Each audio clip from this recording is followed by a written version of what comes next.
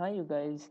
So this is Chris, and we are doing a project, which is Project 2 on cs4020, and this is regarding a website that we had to create for a title.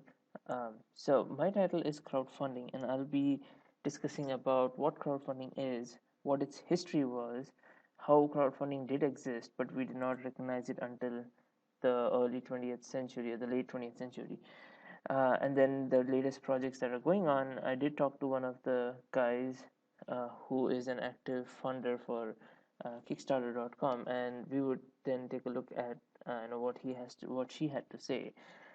So you can access my project via this URL here with my net ID, and then just pull up project 2. You would get the index page automatically.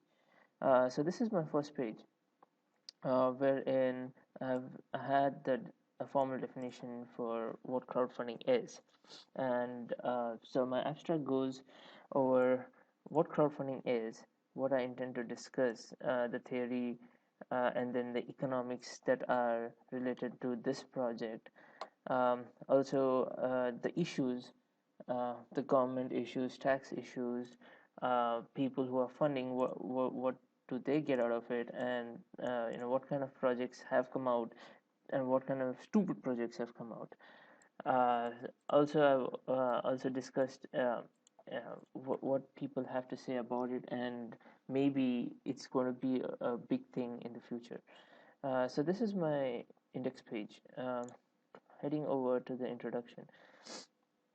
So crowdfunding is a prospect where you invest less, but your investment is counted, as it can either lead to a project that's getting done, or a very small product, say a bottle that converts atmosphere into water, which is going on, and that project then has your name in it because you funded it.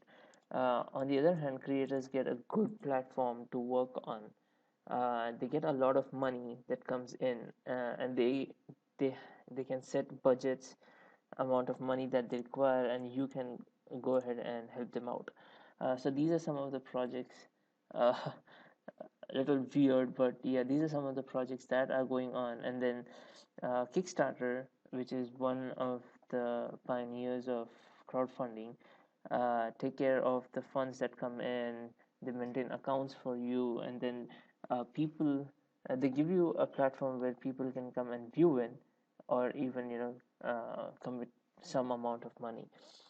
So crowdfunding has influenced the growth of startups that just came out of out of necessity, wherein large scale industries did not want to take up small projects. So startups have now taken up that initiative, but that came out of crowdfunding because uh, yeah, because crowdfunding would get in small amounts of investment. So it's less investment and less risk for a small scale businessman. The the stakeholders have a say in it, hence better involvement.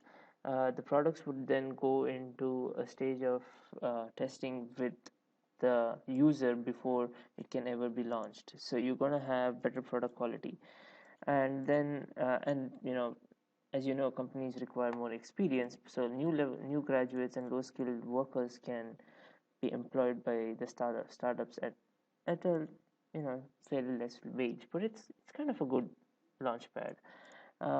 And it's at times some products are used to build bigger products.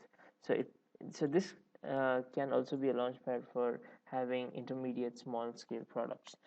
So these are some industries or companies that did come out as a startup, but now they're doing very well, and now they're having a big uh, influx of capital and money going in, and their teams are growing.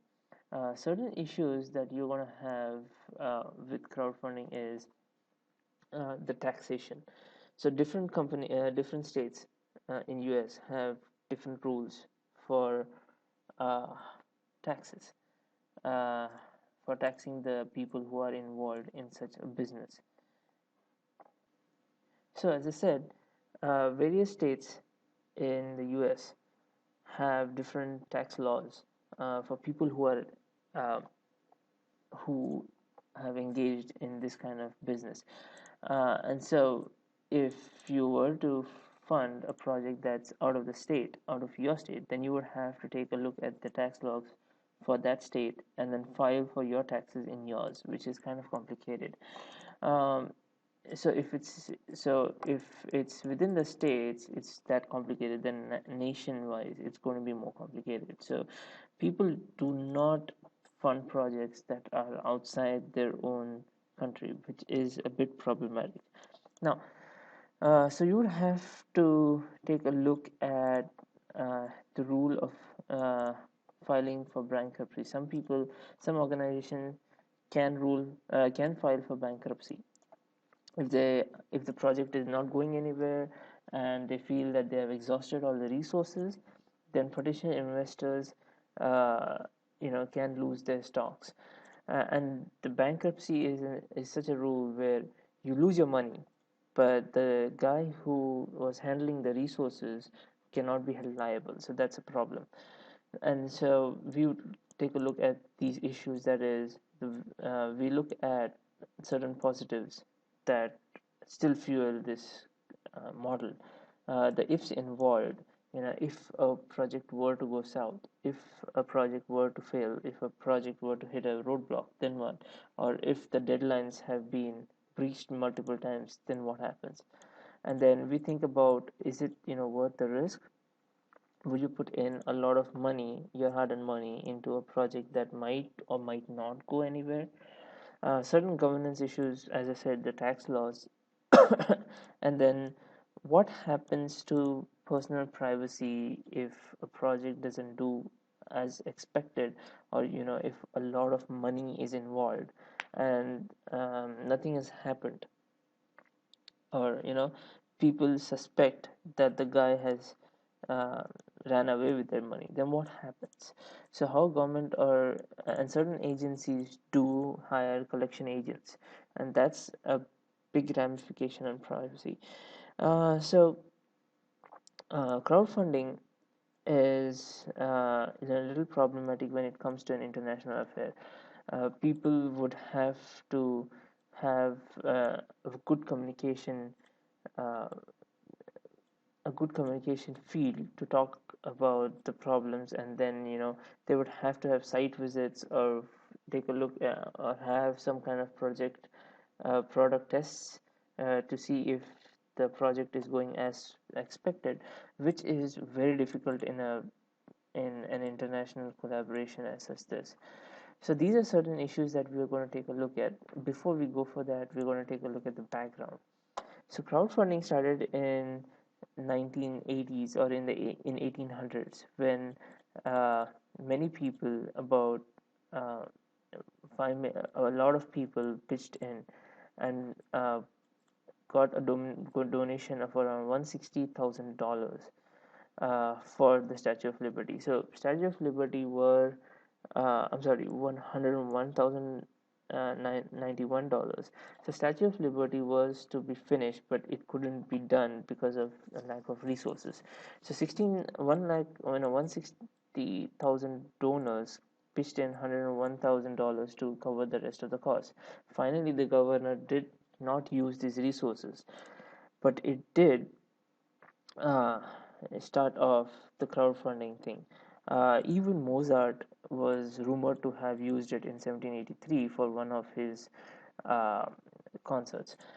So now government did use crowdfunding on a large scale in the two world wars, but these were not categorized later on as crowdfunding projects because it was a threat to the national security, and that's why civilians were used for building structures, like dams, bridges, temporary housing for the Allied forces that were housed in uh, Europe.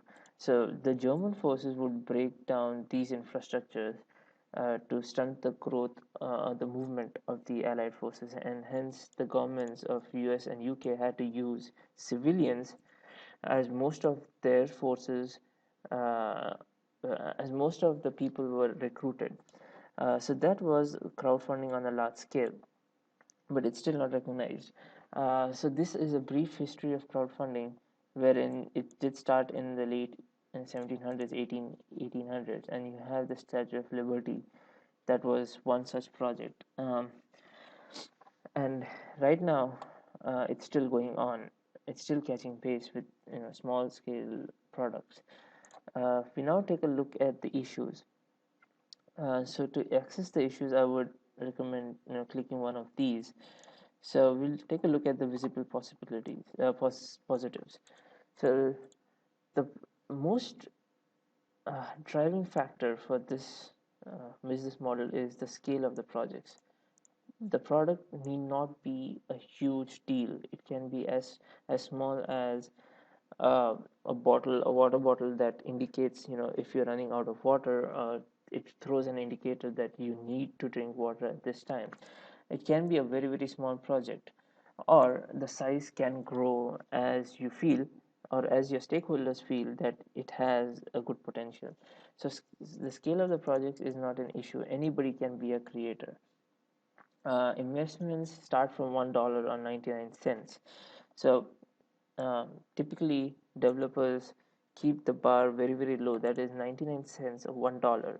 Makes it very easy for anybody to pitch in $10 or $20, which they feel it's spare. So, and the investment can go from up to $300 or $400. Now if you would want to increase this limit, then you would have to talk to the team that would do it for you. So that's, and then the investors of course get some benefits. They either get credited for the project, or uh, they get the apparel for it, or they get a demo version of the product. It depends on what the developer wants to offer. Now we look at the ifs involved. It's the same page, but it's a different bookmark. So the ifs involved are: what happens if there's a failure? What if a project falls through? So there is no cushion for a potential funder or a backer, as to what happens if the project fails. Would he get his money back? There is no insurance as such. Kickstarter doesn't take any interest in such kind of exchanges. It just provides platforms for the exchange, and that's it. You are to negotiate the terms between you and the you have to negotiate your own terms. There are no refund or return policies, and this depends on the lender or the guy who's making the project, which is kind of a set down. So, and then projects like these, I have no idea why would you want to fund such a guy who's going to just eat a jar of kimchi. I have no idea, and still people go for it, which is kind of weird. So, yeah, projects can be weird. They can go south most of the time. Some do make it, and if they do, the byproduct is much better than expected. Now we take a look at governance issues. As I said before, taxation is a bit of a problem, but some governments are coming in, as they classify this kind of uh, funding, uh, and the income tax. So these things come under non-taxable gifts. So if you were to file for a refund, it has to exceed a certain amount to get the refund on that. And it depends on whether the organization is supporting that kind of gift. So potentially some of the funds that, or the backing that you do, may or may not be tax deductible, which is a bit of a problem. It would be awesome if the government would cover the whole thing under as a tax deductible, make it very easy for the funder. But that's not the case, and sometimes the government doesn't give you a refund for it. Sometimes some states do not provide any kind of refund at all because they do not believe in such a model, making it much more difficult for backers from one state to help the others from the other state. So it creates a problem in governance, and the taxation laws are not very consistent. So that's some of the issues that we looked at. And then finally, privacy. So if, excuse me, so if your project were to involve a lot of money and the guy just runs away with it, then what do? And that's where goons come in.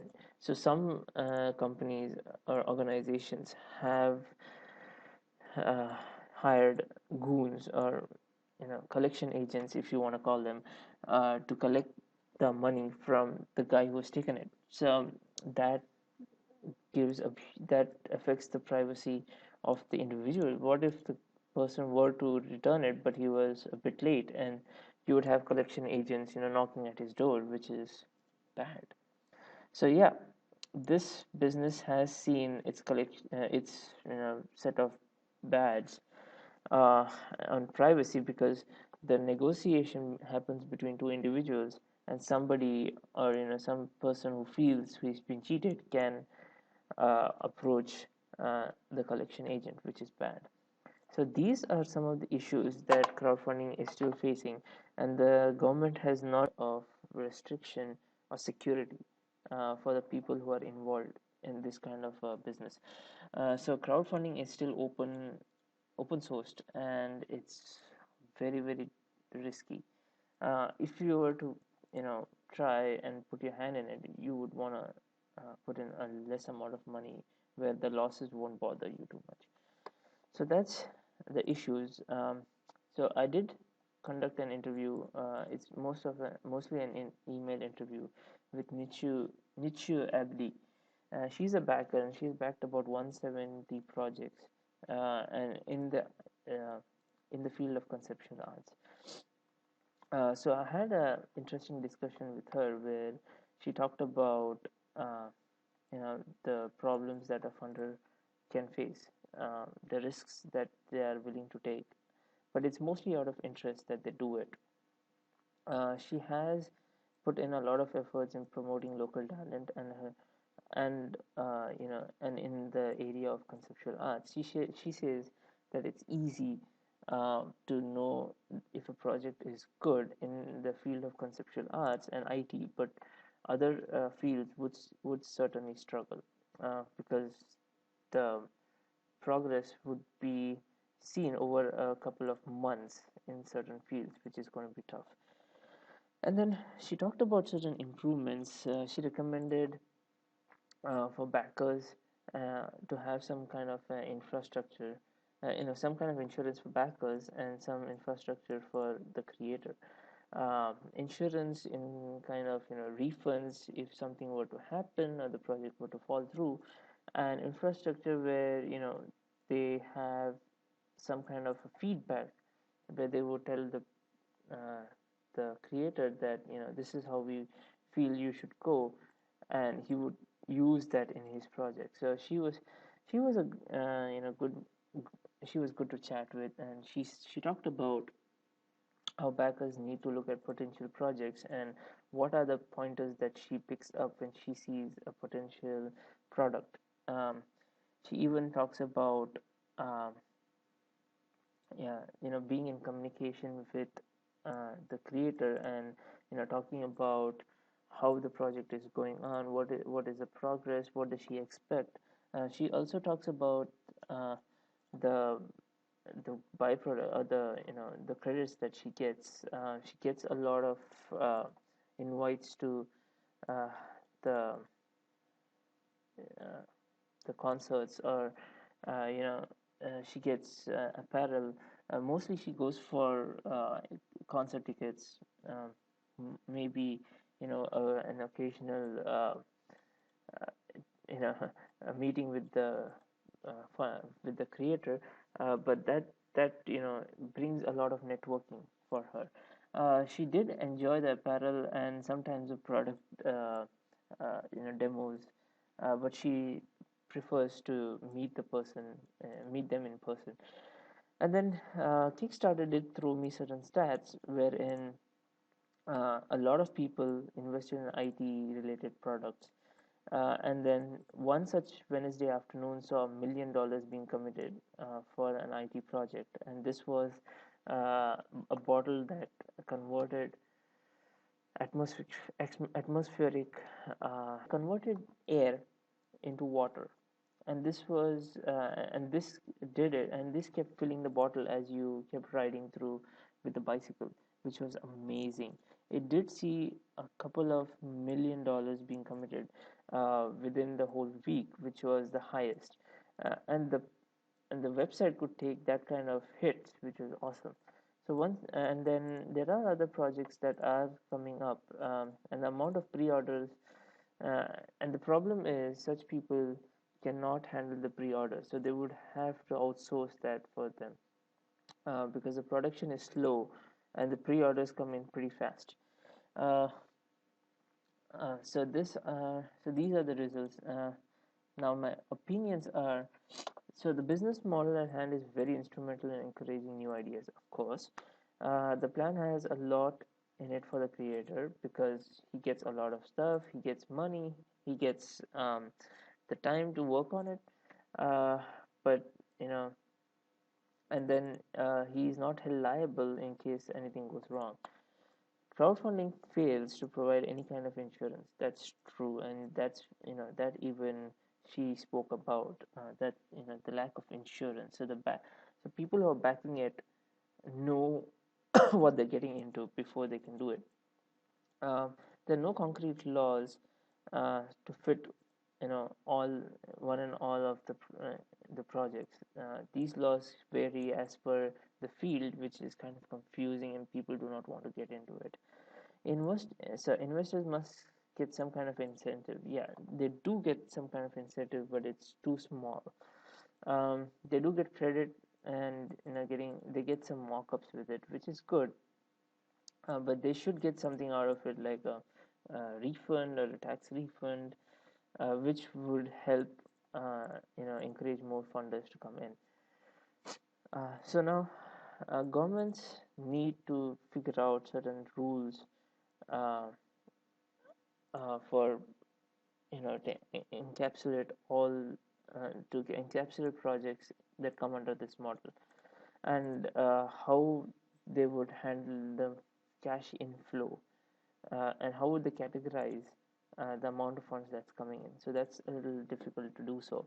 And some of the best projects have yielded some awesome products, and these are some products that have come out of it, like the smartwatch, uh, the artificial intelligent MP3 player, and this is a small drone, a water purifier that keeps purifying water for you, and it's kind of smart.